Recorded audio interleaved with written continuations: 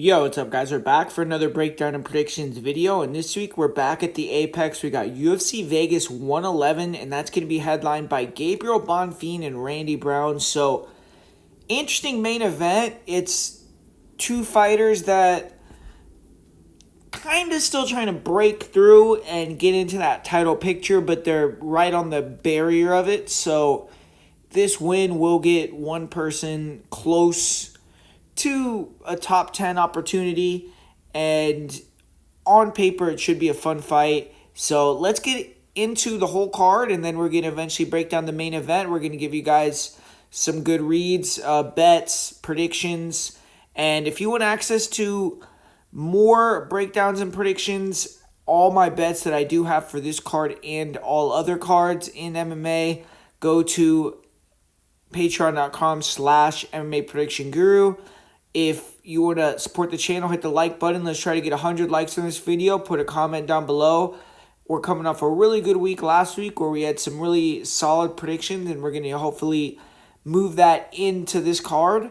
And I'm pretty confident on a few reads on this card, so hopefully we can have a good week, and let's get into it. And so kicking off the card, we got a short notice fight that is going to be a catch weight of 195 pounds. Both these guys, they're normally middleweights, but Zachary, he's stepping up. He's taking this fight on really short notice, so that's why the fight is at this catch weight. And it's the first fight of the night, so it makes sense, but really low-level fight. You look at Zachary, he's 31, so he's not the youngest guy in the world anymore, and he's been in the UFC for a while, almost 2 years at this point. And there's not been a fight really where I went back and watched and said, oh, wow, Zachary has made some major improvements here. He's doing a lot better in this area. Yeah, he can be impressive because he's explosive at range. He has some power. He'll throw some decent technical kicks and some straight punches. But a lot of single strikes. He doesn't really set up his striking all that well. And he's always falling into the clinch. So a lot of his fights do end up just being a slot fest if they go any length of time. And Jackson McVey had his debut against Bruno Ferreira. And that was kind of unlucky because he was going to fight Cedricus Dumas and then ended up getting Bruno Ferreira on short notice, which heck of a curveball there. And then he was going to get another opponent for this second fight in the UFC, and now he's getting a different guy. So kind of been unlucky in terms of that in his first two UFC fights, but very inexperienced on the McVey side. He has never been out of the first round as a pro. He did go to decision once as an amateur at another fight that went to the second round, but all in all, he just does not have a lot of cage time. And Zach Reese was kind of similar when he first entered the UFC. He had also never been out of round one, but now he's gone to a couple of decisions, and at least he's proven he can win over 15 minutes. But this is a tough one for me. I mean, you look at Jackson McVey and Zach Reese, they're both really tall, long, and lanky, so on the feet, I think it's going to be fairly competitive. I think Reese hits harder, probably a little cleaner, but I do think that McVey maybe has a little bit better just distance control and overall know-how on the feet, like kind of knowing what he wants to do. And as far as the wrestling and the grappling goes, I do think that McVey is going to be able to get Reese on the cage pretty easily. Zach Reese just tends to fall into the clinch, and from there it's going to be interesting to see how that goes because McVey, he doesn't have great wrestling, but if he can get on top, I think he could probably create a scramble and find the neck. I mean, we saw Dusko Todorovic. He almost submitted Zach Reese a couple times with that guillotine.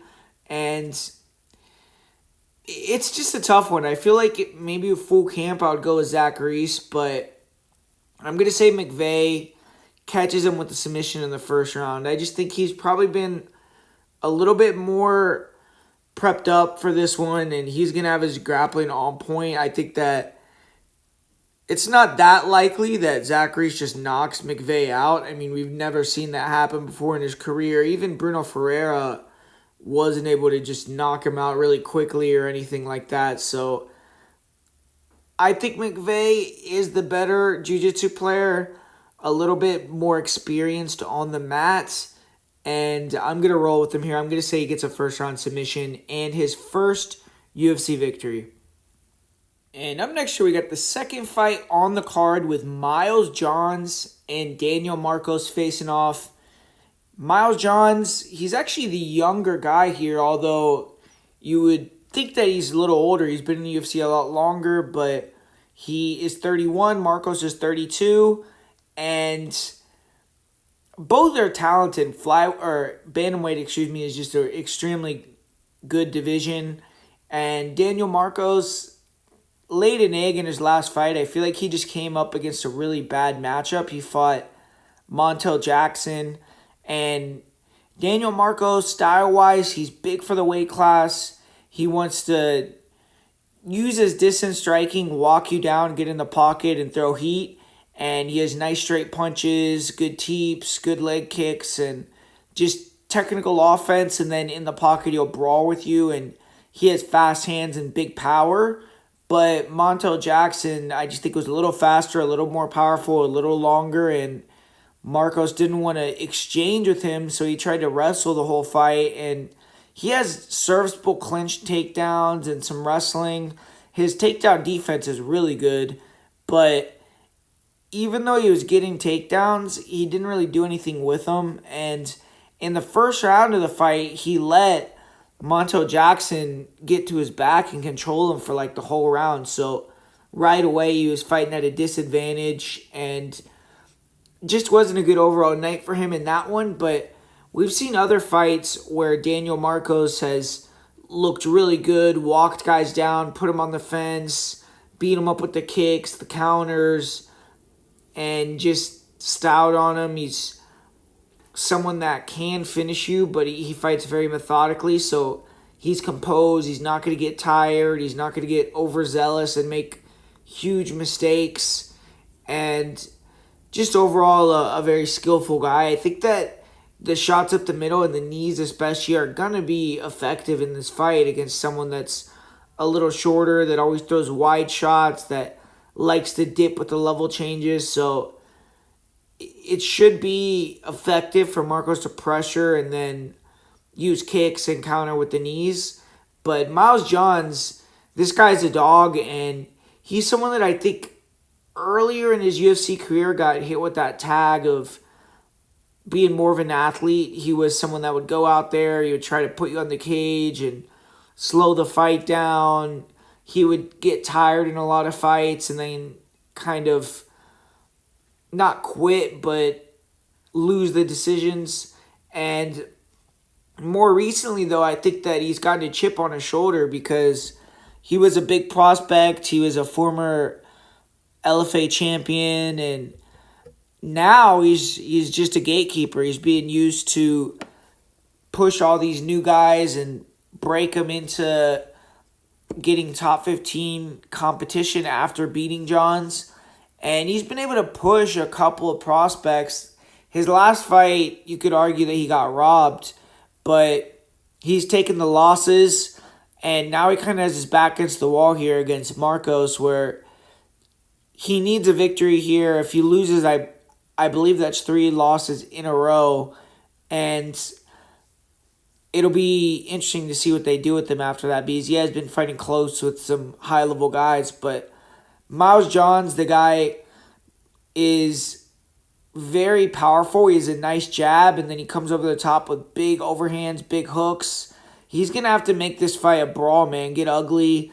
I think use big punches to potentially wrestle. And we've seen Marcos hit and kind of rocked, and then we've seen Marcos slow down in fights. So I think pushing the pace, taking damage if you have to, maybe losing the first round, the first 2 rounds to get that third round comeback is what you have to do, and just make it a really high-paced, hard, grindy, gritty fight. I think it's going to be hard for Johns to wrestle because there's going to be the threat of those knees up the middle, and Marcos just has good overall wrestling defense.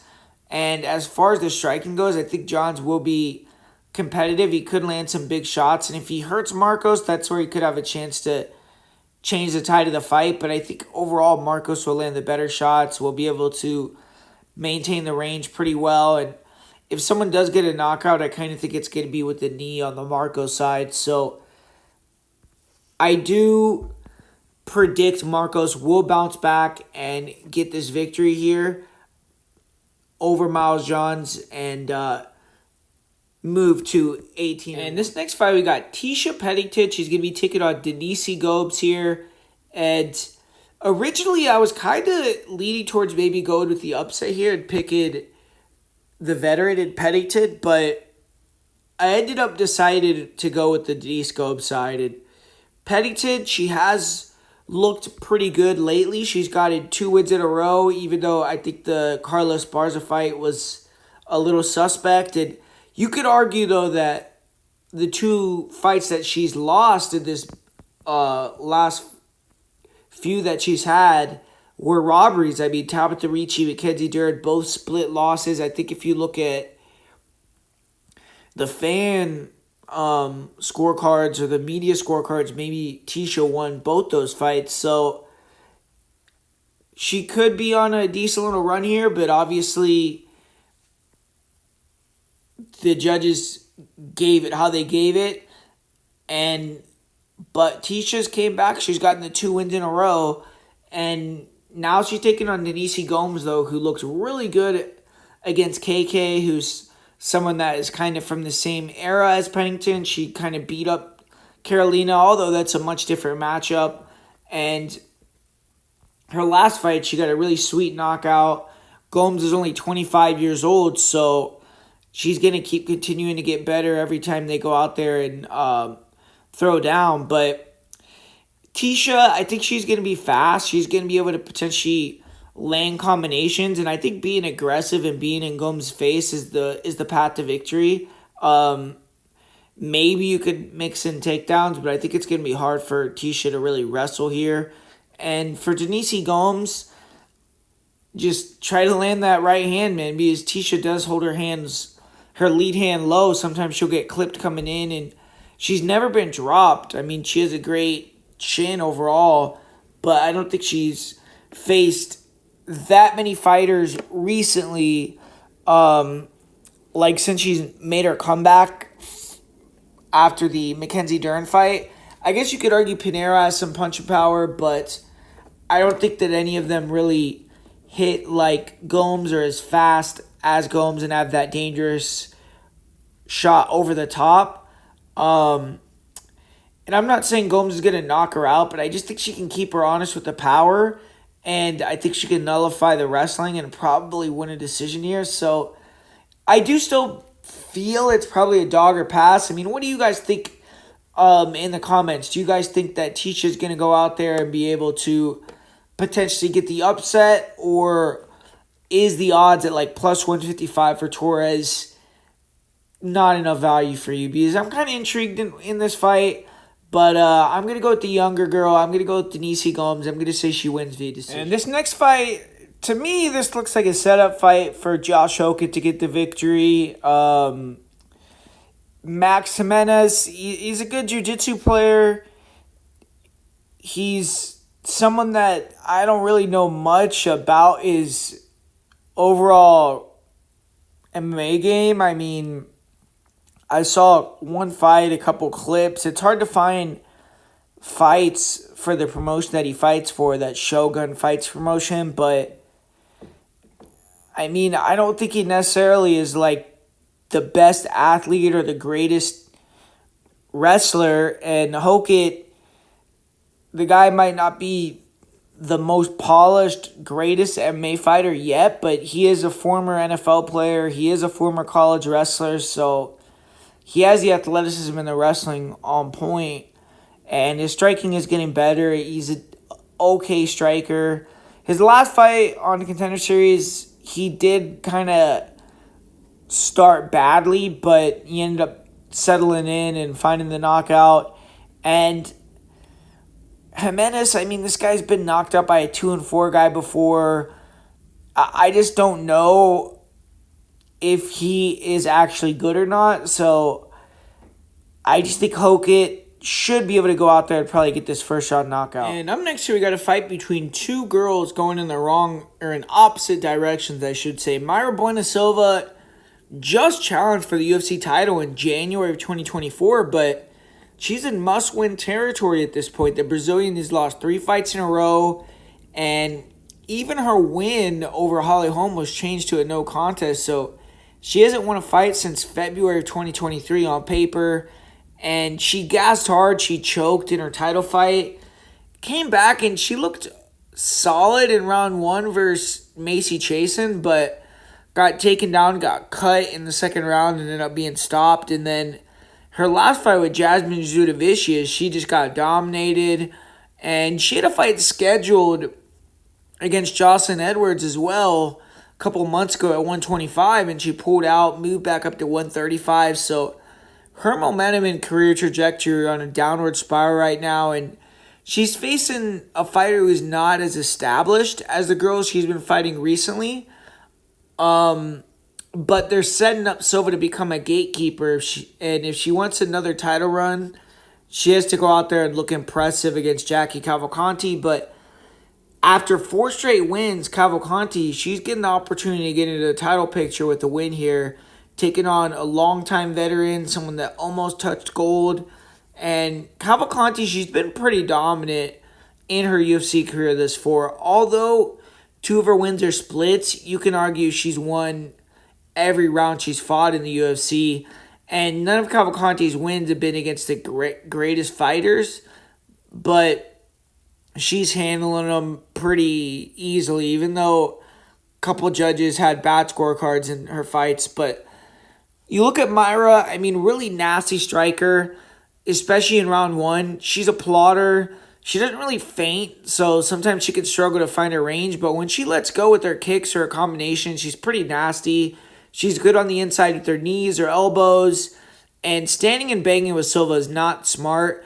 Mayra's not that evasive. She doesn't really have good footwork, so she can get hit. And if you could stick and move, you can land on her and get in, get out of range. But she is always dangerous, and you can take down Silva. She's basically just gives up takedowns willingly because she believes in her jiu-jitsu. And some fights she's been able to catch girls off her back, and some fights she hasn't. And her conditioning has been a constant issue for her also. She always slows down in fights, and she's been training at a Checkmat Jiu-Jitsu gym in California for this fight though, and she got her black belt, so hopefully she's in shape and been grappling hard so, she doesn't gas out. Her last fight, when Zudavicius took her down, it seemed like she kind of mentally broke. She was arguing with the ref. She was kind of talking back to her corner. And her stand-up in her last 2 fights to me has looked pretty solid, but seems like whenever she's faced that first, bit of adversity, she's kind of checked out in the fight. So mentally, you have to question her a little bit. But you look at her opponent, Jacqueline Cavalcanti, she's sharp and technical. She's more boxing oriented, and she's good at using her speed. She'll land nice jabs, straight right hands, very clean. She likes to dance around you, and she hasn't been touched too much in any of her UFC fights. And kicks-wise, she will sometimes throw leg kicks or front kicks, but she's more of a puncher, and she stays very composed. She hasn't really fought a striker that she can't dance around and outnumber yet pretty easily. She does kind of tend to circle to the same side, and fighting Shitara, she has to be a little bit more evasive because Mayra will go 2-3 or try to throw big hooks and catch her. And Cavalcanti, I also think, has power herself, though. So she has to be willing to sit down, throw hard, get her respect here. And she has good conditioning. She fights very composed.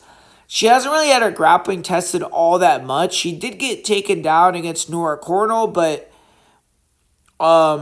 Nothing really happened. She got her back taken from standing. And with Mayra Bueno Silva, though, I think that could be, a different issue if she gives up positions like that. But, Cavalcanti, I think, has to be ready to defend takedowns like she was in the Cornell fight for this one. And get back up to her feet when she's taken down. Because I don't think she really wants to try to compete with Mayra on the mat. And Cavalcanti, she does have good fight IQ. Another thing I like about her is she listens to her corner well. So I expect her to have a good game plan. And on the feet, I think this will be super interesting. I think it's going to be power versus sharpness. I expect Shitara to be very aggressive, pressure Cavalcanti, look to get past her range and her long shots. And on the inside, I favor Mayra with her elbows, with her knees, with her short range power. And I think she needs to look for that body hook and then come over the top with a big right hand. More importantly, I think she should go for takedowns and try to find the submission. For Cavalcanti, she has to maintain the center, try to throw some heavy 1-2s, left hooks. I think she has to try to establish that she can compete with Shitara on the feet early. And eventually, once Shitara gets tired, back her up, use your speed, use your distance control. The longer the fight goes, the better it gets for Cavalcanti. So I think that she's going to be wanting to be smart early and then pick it up as it goes on. But I think Silva's live, but if she wins, I kind of feel it has to be early. If she was better from the top position, maybe I would favor her, but more than likely, unless she can do big damage and press her Cavalcanti early, I think she's going to lose her sharpness and lose the fight. Cavalcanti is just going to be the better minute winner and have the better conditioning. And I think it might play out a little closer than the line indicates, but I think that Jacqueline Cavalcanti will win via decision. And this next fight features one of my favorite fighters, Ricky Simone, and he's going to be taking on Raoni Barcelos. And I was really happy to see Ricky Simone bounce back and get back in the win column a couple times this year.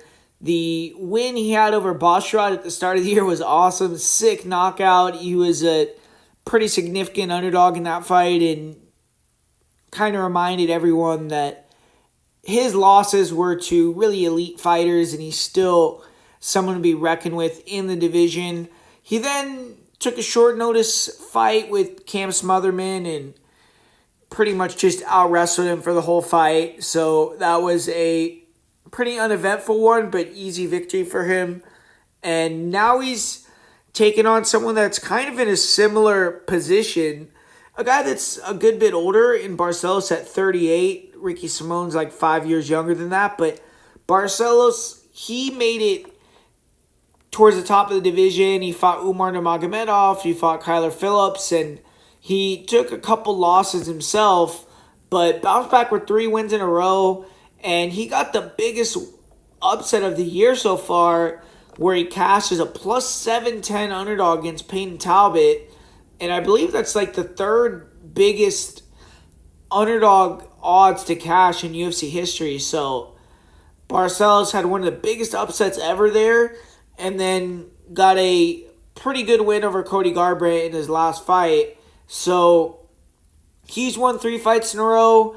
Ricky Simone has won 2 fights in a row, and the winner of this fight is going to get ranked again and get back into the mix. So huge fight for both guys and what their future is going to be in the sport. And I like Ricky Simone in this fight. I feel like Barcelos, he's been winning his fights more recently with his wrestling. I think he's lost a little bit of his speed on the feet. And he's someone that was always a little bit of a plotter. He would walk you down and back you to the fence. And when he got you on the fence, his combinations were really good with the hands and he had good hand speed. But at this point, I think he's slowing down with his footwork. He's kind of just plodding in the range, not doing much. And fighters are able to catch him as he's coming in or circle away from him and kind of just keep him at bay and land on him when he loses. And I don't think he's going to have that secondary option to get the takedowns in this fight. Whereas with Ricky Simón, I think that his striking is very underrated offensively.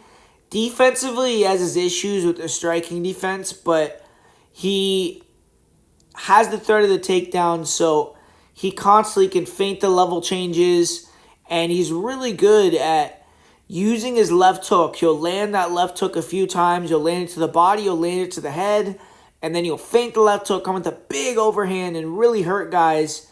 And his punch power is elite. He has crazy punch power.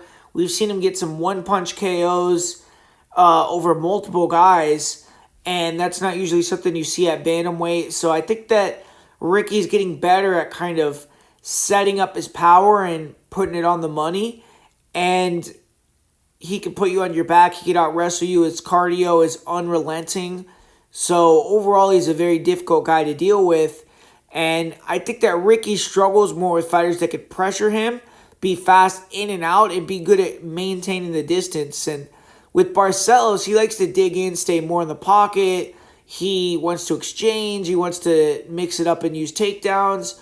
And I don't think that's the best game plan versus Ricky. Staying in his face is going to only lead you to be put on your back or get clipped with big power. And I feel like Ricky's going to find that shot here with a big right hand or a big left hook and take Raoni Barcelos out via knockout. I think that Raoni's been getting rocked in a lot of his fights that he's even still won. Like, he got dropped by Cody Garbrandt, and I think that Ricky's going to put him out clean. So, similar to the Umar fight, I see Raoni suffering a knockout loss here, and I am going to go with Ricky Simón via second round KO. And up next here, we got two older guys in the featherweight division, but fighters that are very, very fun to watch, with Hyder Amil and Jamall Emmers. And Jamall Emmers kind of reminds me of Jorge Masvidal. Not in... He hasn't even gotten close to the same career success, but just the moment that he is in, or really the moment that he could create, because he's not really fully gotten there yet, but he's one of these guys that he's always had elite skill level. Everyone has talked about how he's able to compete with anyone in the world, but he's gotten some of these close decisions, like when he fought Giga Chikadze, when he fought Jack Jenkins, and people thought he won, but it was split decisions and they didn't go his way. And more recently, he's gone out there and he's taken the judges out of it. His last two wins are both really quick knockout wins. He got a 49-second knockout victory over Dennis Bazukia, got a 4-minute, 6-second knockout victory over Gabriel Miranda, and the fight versus Nate Landwehr, which he lost himself via knockout, he had Nate Landwehr out on his feet and rocked in the first minute of that fight, blew his wad trying to get Nate Landwehr out of there, and then ended up getting finished himself. So even in that fight, he went out there with those intentions to take the judges out of the equation. And that's kind of what I mean. It's like Masvidal, for a while, he was known as that guy that would be really skillful. He would compete, and then in a big-time fight, he'd lose a split decision, be put back to the bottom of the barrel. So Jamall Emmers, he was kind of in that same spot, and now he's gotten two really quick knockouts in his last three fights, and we'll see if he can string a few more together and, you know, get into the mix as a contender. But the clock's ticking for him, and for Hyder Amil, he's coming back really quickly. The guy just fought a few months ago, got knocked out in the first round against Jose Delgado, and he's trying to make a really quick turnaround to right the ship. And with him, Hyder Amil, he had two really nice knockouts to start his UFC career. He had the crazy KO where him and Jiang Li just stood in the middle and banged it out. And then he got a solid upset victory over William Gomes, but that loss to Delgado has kind of taken all of his momentum, so needs to get this victory over Emmers and put himself back in the top 15 mix here. And pretty close fight on the odds. We got Amil as a slight favorite, And I do agree with that. And I think this is going to be a one-round fight probably. I think that Emmers has been going out there. He's been trying to shoot those straight punches, get in your face and get after it. And he could get takedowns here potentially, but I think if he goes the route of trying to wrestle Hyder, Hyder is decent enough at getting back up to his feet. And I think that Emmers will get tired. So I kind of expect Emmers to go out there, make it a gunfight in the first round, try to use his straights, use his speed. Hyder's going to be looking to counter with the hooks over the top in the pocket. And I just think Hyder is the bigger dog here. So if they're going to brawl it out, I think Hyder is going to end up winning that brawl. I am a little bit worried just about him getting knocked out recently. If that didn't happen, I think I would be a lot more confident. But I just trust Hyder more. I think he could land those big hooks. I think when he gets Emmers hurt, he can get him out of there. And if Emmers hurts Hyder, Hyder has a better chance of surviving and coming back to get the win. So I lean more towards Hyder Amil, and I'm going to say he goes out there and dusts Jamall Emmers in the first round. And we got a great fight in this next one with Marco Tulio and Christian Leroy Duncan. And Marco Tulio is looking to crash the party, become a true player in the UFC's 185-pound division. The Brazilian is a winner of 10 fights in a row, and he's taken out guys left and right. He's finished both of his opponents in the UFC. He's finished 4 fights in a row. And the last time we went to the scorecards was in 2023 when he got the upset win over U3 Belgari, who just had an amazing UFC debut in his own right. And Tulio, he hasn't lost since 2018. And Christian Leroy Duncan, he's entering this fight as an underdog for the first time in his UFC career and only the second time in his pro career. He had an amazing amateur run. He fought more than 20 times. So when he went pro, he was already known and had high hopes. He was a slight underdog when he was 2-0 to Will Curry, but since then, he's been a favorite in his last 11 fights. He's been favored in all 7 of his UFC fights, and mostly he's delivered. He's 12-2, he's 5-2 in the UFC, and he's been able to finish fighters who are outside the top 25, and 4 of his 5 UFC wins he's finished. He lost 2 decisions, and the opponents that he lost to are both pretty solid with Armen Petrosian and Gregory Rodriguez. When Duncan came to the UFC, people touted him as a future title threat, and he hasn't quite lived up to those expectations, but a win over Marco Tulio is going to be a huge step in that direction and prove that Duncan is still one of the best prospects in the world at 185 pounds, but Marco Tulio, big, strong, durable, in-shape fighter.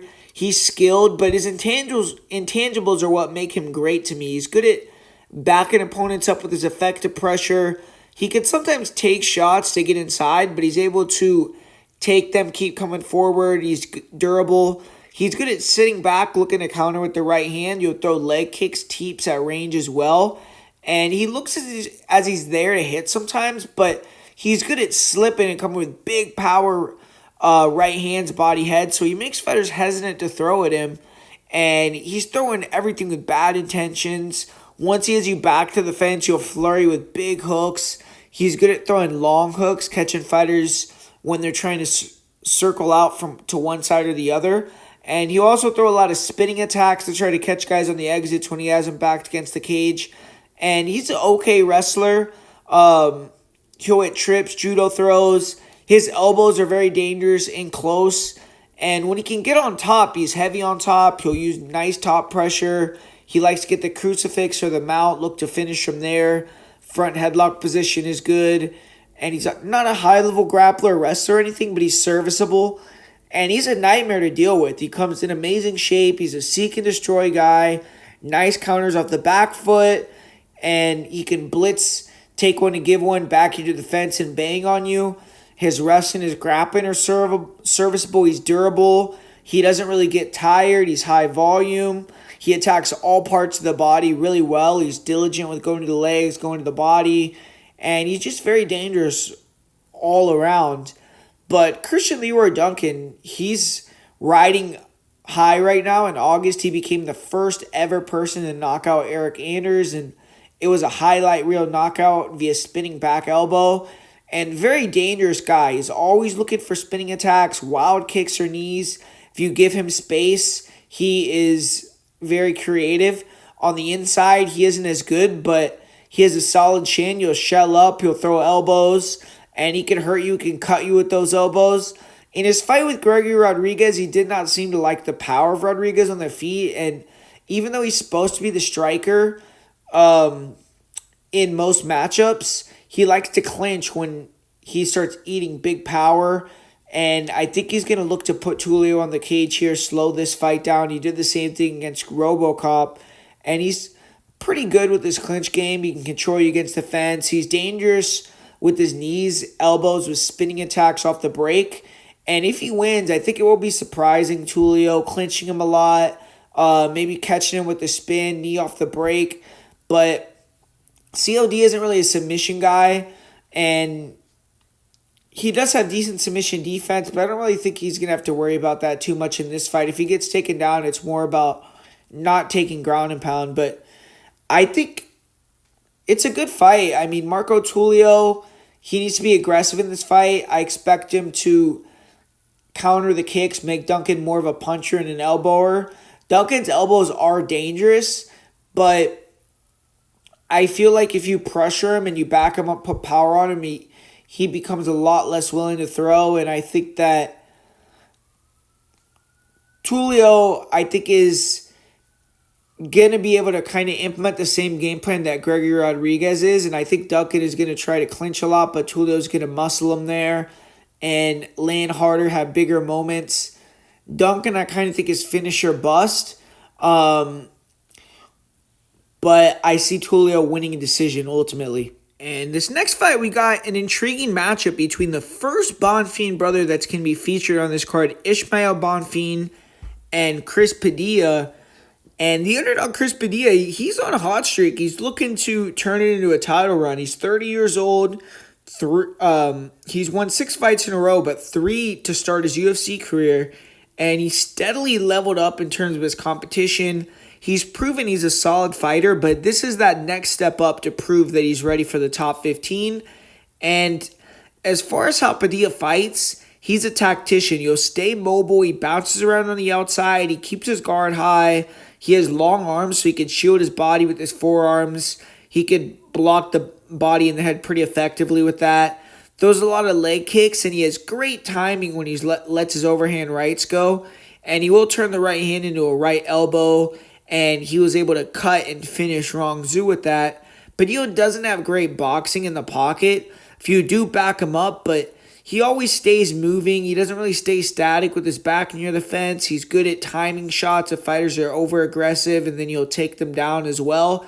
And serviceable wrestling, it's usually his plan B, but he's able to mix it up if he has to. In this fight, I don't really see him looking to shoot. He does have some good rear naked choke wins, so if he could hurt or tire Bonfim down, he could get one, but I think he likely wants to keep this fight on the feet. And one thing we've not really seen recently for fighters versus Padilla is them trying to put him on his back. He hasn't had to deal with any real takedown attempts in a while, but he is a black belt. He looks like he's going to be pretty difficult to control if you do take him down. Athletic, pretty bouncy. And he did get submitted a couple times early in his career, but I think he's a lot better than that now. And cardio-wise, Padilla is pretty economical with his output, so he normally doesn't get tired. And he's an opportunistic finisher. He may not do much, but when he lands, he can hurt you. He could snatch the submission in a scramble. And he has 10 first-round submissions, 13 stoppages overall. In decisions, he's only 3-3. He kind of is a little bit low output. He's been to multiple splits. So if he doesn't find that finish, sometimes it could be iffy on the scorecards, but he's a pretty prolific finisher. And Ismael Bonfim, technical brawler. He has good boxing from the southpaw stance. Super dangerous right hook. Good pressure. He uses his body shots, his jabs, to set up the power. He throws hard kicks. When he hurts fighters, he likes to attack with jump knees. And he has more power on the inside than Chris Padilla. In this fight, he's significantly better in the pocket. And he just has to not get caught with the shot coming in as he enters.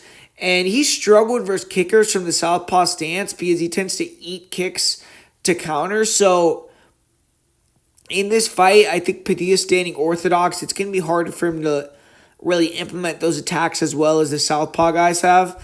And Ismael Bonfim, if there's one thing you can question, is his wrestling and his grappling. Unlike his brother, he really isn't as dangerous in that area. Bonfim's offensive wrestling has been okay, but he more likes to gun for knockouts. He does have a couple front choke wins, but it seems as if you could put him on his back, you can begin to break him. And he isn't great at being the nail. He's been finished in all 5 of his losses. 4 of those losses are submissions. And he has excellent cardio, and unless you can really take him down and really put it on him, then he slows down. But his last fight, he got kind of unlucky. He was dominant early on, but he got caught with the head kick that cut him open, and it looked like he was out striking Salikhov, but the kick led to a doctor stoppage. And I think in this fight, Bonfim is the fighter who will win the minutes. He's going to be coming forward. I think he'll be throwing more, landing harder. Padilla is going to need to counter the body shots of Bonfim with a big right hand or right elbow, put Bonfim on his back too, potentially. And if he can't do either of those things, then I think he's going to get walked down and beat up. So Padilla's a tough guy. He prioritizes defense, so I think that he'll likely be able to make it to a decision. But Bonfim is 7-0 in decisions. He's a proven minute winner.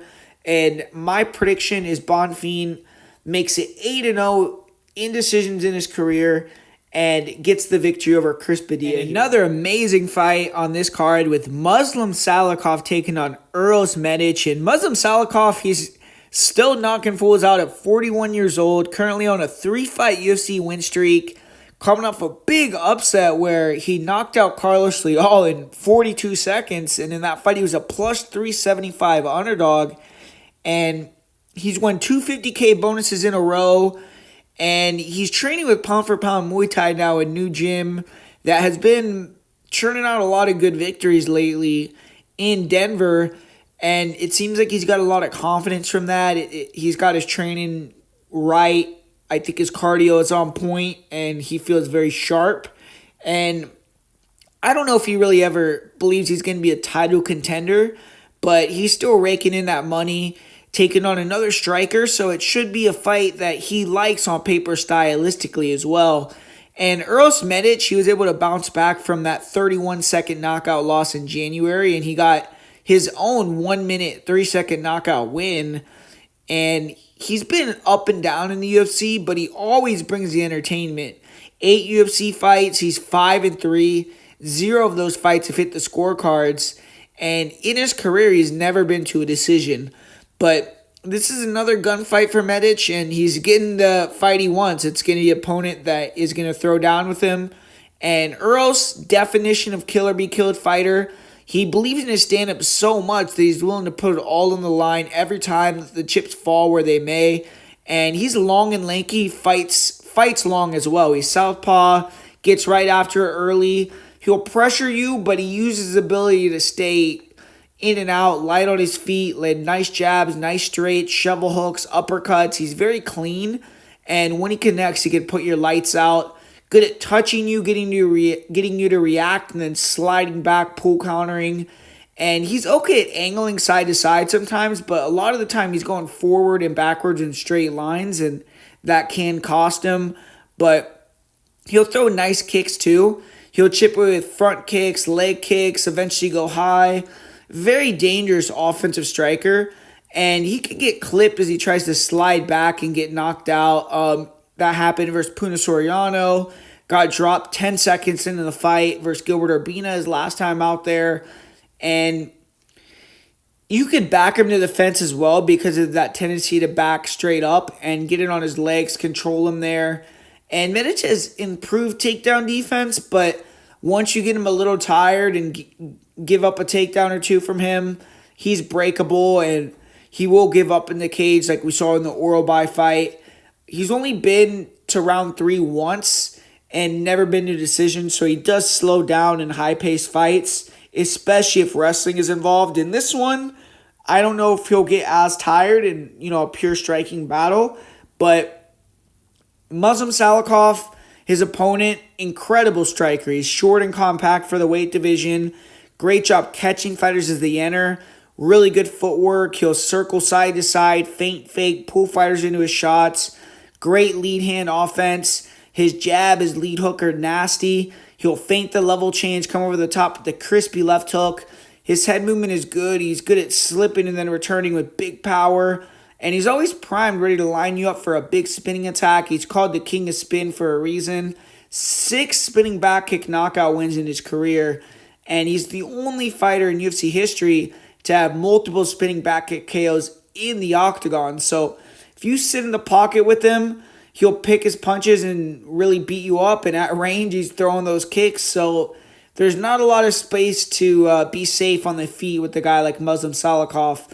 But he does tend to throw one shot at a time. And he isn't necessarily the best at going first or catching you as he's moving backwards and you're going forward. So I think he might need a little time to get his reads and then land that shot on Medic. But Medic, if he's over-aggressive and leaves an opening coming forward or stays in the pocket too much, he will get clipped. But Salikhov, he carries his hands a little low and he relies on head movement. And sometimes he'll slip to one side and you can kind of catch him with power.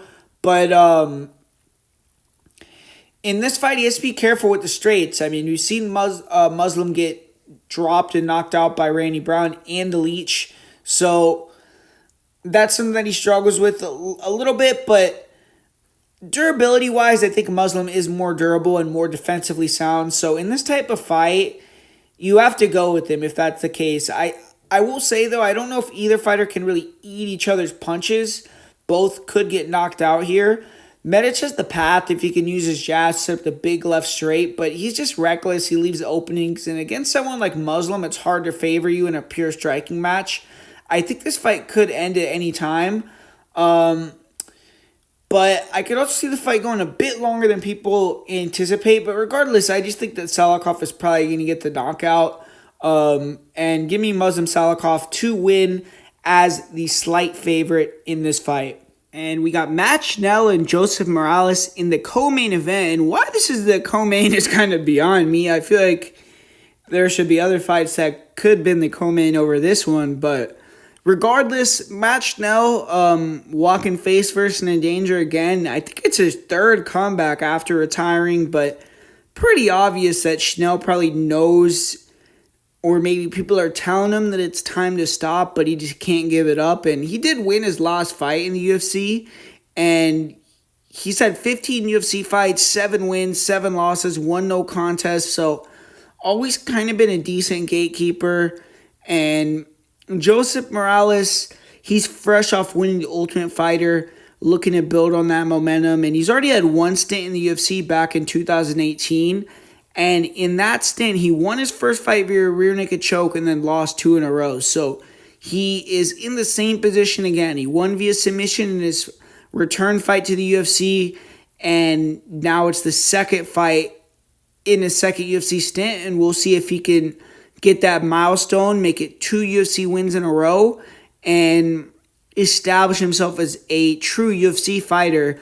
But Morales has been beating some really good opponents, though, hungry young guy, so he's looked impressive. And if he can go out there and put away an experienced and crafty veteran, I think you could throw him in there with anyone in the division after, and he'll compete. So this fight may be more mental than it is physical for Morales. He needs to be locked in and ready to go, and it's a huge fight for him moving forward.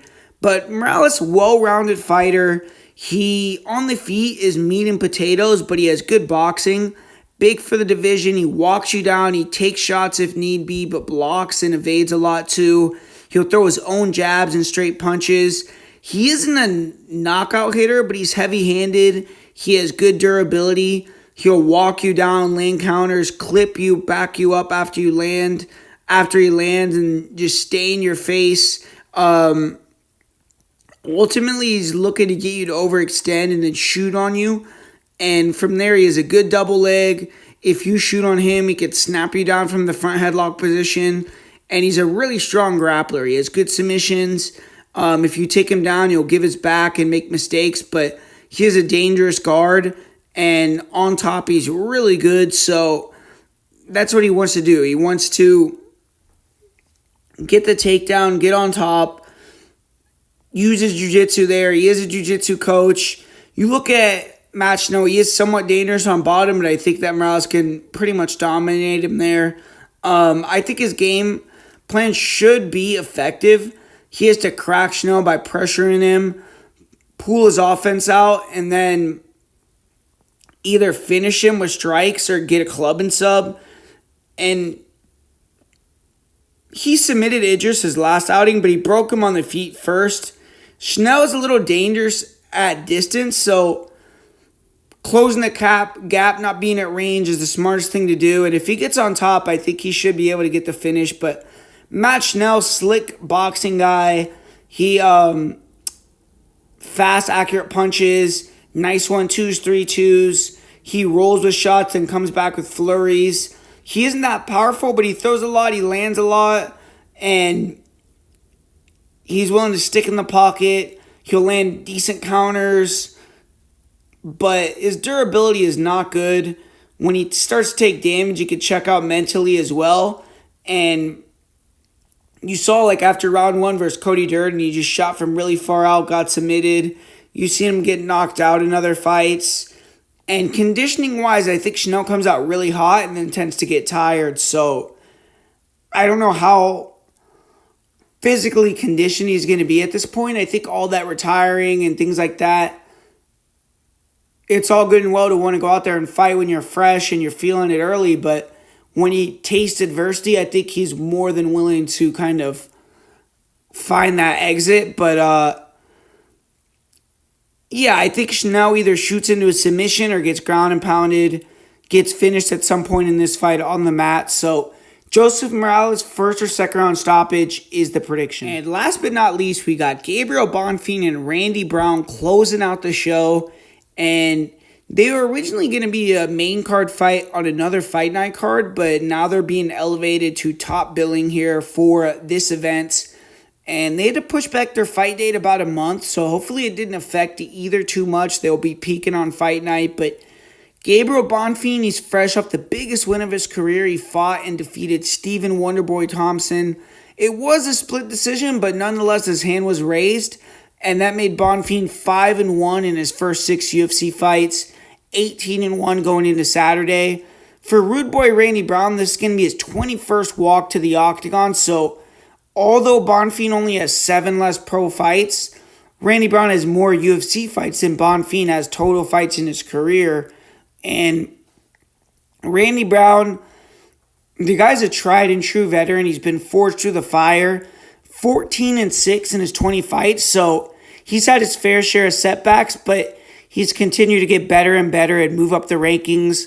The last few years, he's really turned a corner. He's done super well. He's 8-2 in his last 10 fights. One of those losses was to the current champion, Jack Della Maddalena. And the other fight, most people felt like Randy Brown won.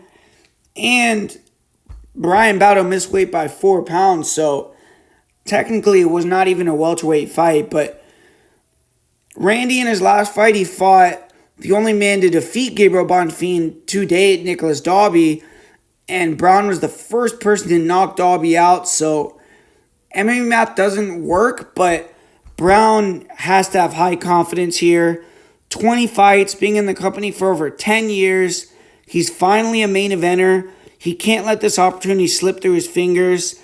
He's actually going to be the first fighter in UFC history who's had at least 20 UFC fights before main eventing a card. So I think that's a great feather in your cap to have. It shows how much Randy Brown has evolved and steadily improved as a UFC fighter. And after 20 fights, he's finally getting pay dirt. But he's facing a really good opponent. Gabriel Bonfim, extremely athletic, skilled fighter. He has plus skills across the board. And if you have a technical fight with him, he's super hard to beat. He's big for the weight class. He's fast. Sick jab. He'll double up, triple up on it. He throws really nice check left hooks. He also brings a lot of calf kicks. If you stay at range with him, he's just going to pick you apart with those 2 weapons. He doesn't throw the right hand all that often, but when he does, it's very heavy. And he'll sit down, look to just bang it out, if you pressure him. Most of the time, he has the power to knock fighters out or at least keep them honest. His one loss to Nick Dalby, Dalby was extremely aggressive, took shots to give his, but once he got past that check hook counter and the clinch and into that clinch dirty boxing range, he struggled early. Bonfim landed some big knees, he got some takedowns, but once Bonfim slowed down a little bit, Dalby made it ugly and took him out. And Stephen Thompson also kind of showed another way to land on Bonfim. If you establish shots up the middle, especially with kicks, you could eventually catch Bonfim slipping to one side and land on him. He got wobbled by a couple head kicks versus Wonder Boy. And sometimes he will kind of float his chin when he throws that left hook, but his chin is held up good though. He looks durable. If you do look to pressure Bonfim, he will wrestle though. His wrestling is serviceable. He's dangerous on top. He normally can finish fights with just one takedown, and he has a great submission game. Really aggressive. He'll jump on chokes. His Von Flue, his front chokes are extremely dangerous. Really fast back takes. In general, I think Bonfim is not as good on the back. We saw Chaos Williams and Stephen Thompson reverse position, but in this fight, I do think that he has a chance to get back exposure on Randy Brown, the way Randy Brown defends takedowns, and maybe find that rear naked choke. But Bonfim, overall, he's top-notch on the ground, but his wrestling, I would say, is not the greatest. It's good, but not great. We've seen him struggle to take down guys like Wonder Boy, and then he's been taken down himself in certain fights, like Dalby, put him on his back. We saw Angelosa as well. But I do think that the more and more experience that Bonfim gets, the better he's going to be. He went all 3 rounds versus Wonder Boy, and he was able to fight through fatigue in that one. So 5 rounds here, I don't know if 5 rounds is something Bonfim is ready for, but I think his cardio is better than it used to be at least. And you look at Randy Brown, on the feet, his main gift is his length. Super long reach, 78-inch reach here to Bonfim's 72.5. And he does a great job of using his lead hand to accentuate it. He'll use the jab. He'll throw 2, 3, 4 jabs in a row. He'll just wave and move his lead hand a lot to lull fighters. And he'll set the big right hand up. And when he can land the right hand clean, he could put you unconscious. Really sharp straight rights, right uppercuts. He'll rip the body. And when he could put his long combinations together going forward, he's very dangerous. He could also time knees as you pressure him. You can put him on the fence, though, and he has to make it more of an emphasis to maintain the center in this fight. And if Brown can keep his back off the cage and survive some big punches and combinations from Bonfim and then stay in his face, I think he could maybe break him. And Brown's very high volume in general, but for this fight, he has to make his offense count, try to find bigger punches. I would try to rip the body, throw knees, throw teeps, use that to eventually set up a big right hand or maybe even a right head kick. He has to address the calf kick somehow. He can't get hit backing up inside with his hands down either. We saw him get dropped by Nick Dalby. We've seen him get hurt in other fights. And I think his chin is a little suspect. I would say Randy has more power, but he's less durable. And Randy Brown has good grappling. His wrestling defense is getting better, and he's good at fighting elbows, short shots along the fence when guys are trying to get him down. Decent body locks. I think if he can get on top of Bonfim and land some elbows, that could change the fight. But it'll be difficult to get Bonfim down. I feel like Bonfim's game plan is going to be leg kicks, pressure, big punches to get the hands up, and then clinching, going knees, going elbows, trying to circle to the back, lift, slam like he did versus Wonder Boy. So Randy has to stay on the pressure, keep Bonfim on the back foot. If he could do that, he can land a knee or try to land a big shot as Bonfim shoots. And he needs to make this a stand-up fight. Make Bonfim pay for the shots, get him tired. And cardio should be edge for Brown. But he kind of slows down as well sometimes. But neither guy has been 5 rounds, so that's new for them. I kind of think this is a good matchup for Bonfim. As long as he doesn't get tired and then stay at the end of Randy's shots, he's going to win here. Randy's a really good striker, but you can calf kick him. You can catch him at times when he's backing up or in exchanges.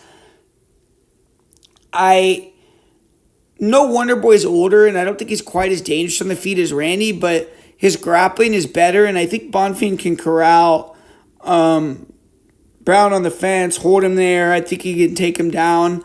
And that near submission that he got on Wonder Boy, maybe you'll actually get it on a guy like Randy. To beat Gabriel, you need to be a pressure fighter, a pace pusher, or a wrestler. And I think this is the type of fight that Bonfim can win with his power, his grappling edge. So I will say Bonfim wins this via submission within the first 3 rounds and spoils the party for Randy Brown in his first ever main event. So there you have it, guys. That's the full card breakdown and predictions for UFC Vegas 111. Hopefully you enjoyed it. Hopefully you learned something. As far as the parlay of the week for this card, I'm going to tell you guys to go with...